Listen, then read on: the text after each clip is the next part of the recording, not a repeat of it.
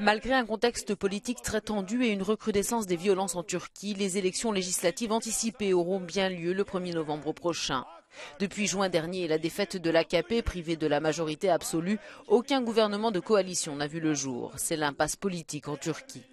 Que peut-on attendre de ces élections? Nous avons rencontré Murat Yetkin, le rédacteur en chef du journal turc Hürriyet Daily News. Lors des élections du 1er novembre prochain, M. Erdogan et le Parti de la Justice et du Développement vont tenter de savoir s'ils peuvent récupérer ou non la majorité au Parlement.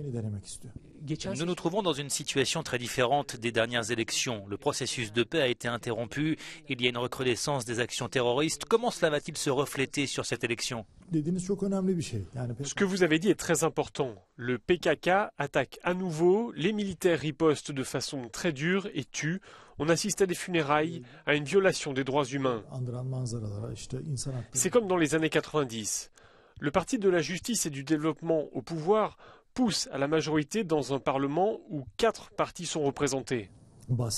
Ils pensent qu'un gouvernement à parti unique est possible. Si cela arrive, ils auront une petite marge.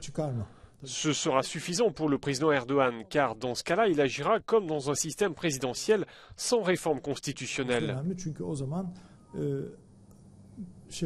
Il pense aussi qu'il sera de facto président aussi longtemps que l'AKP restera au pouvoir.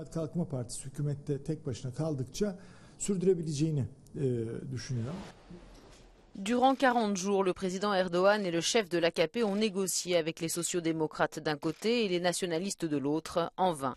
Aucun parti d'opposition ne s'est rallié à l'AKP pour former une coalition gouvernementale.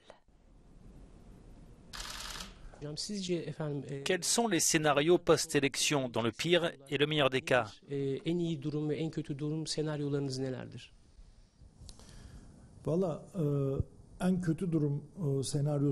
pire scénario serait de s'orienter vers un deuxième tour lors de ces élections.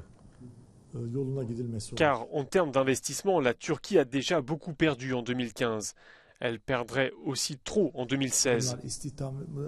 Et nous ne pouvons pas savoir combien d'années cette situation floue va durer, car la Constitution l'autorise.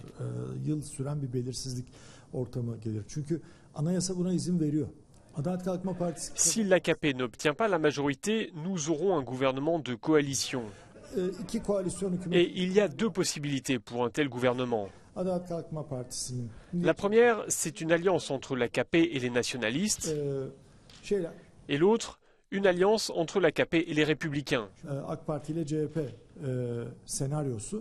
Dans ce dernier cas, il s'agirait d'une coalition de consensus, ce que la Turquie n'a pas connu depuis de nombreuses années. Cette coalition de consensus réunirait les 2 principaux courants politiques turcs. Sur ce modèle, il est hautement probable d'avoir une constitution démocratique, une constitution qui ne serait certainement pas celle d'un régime présidentiel.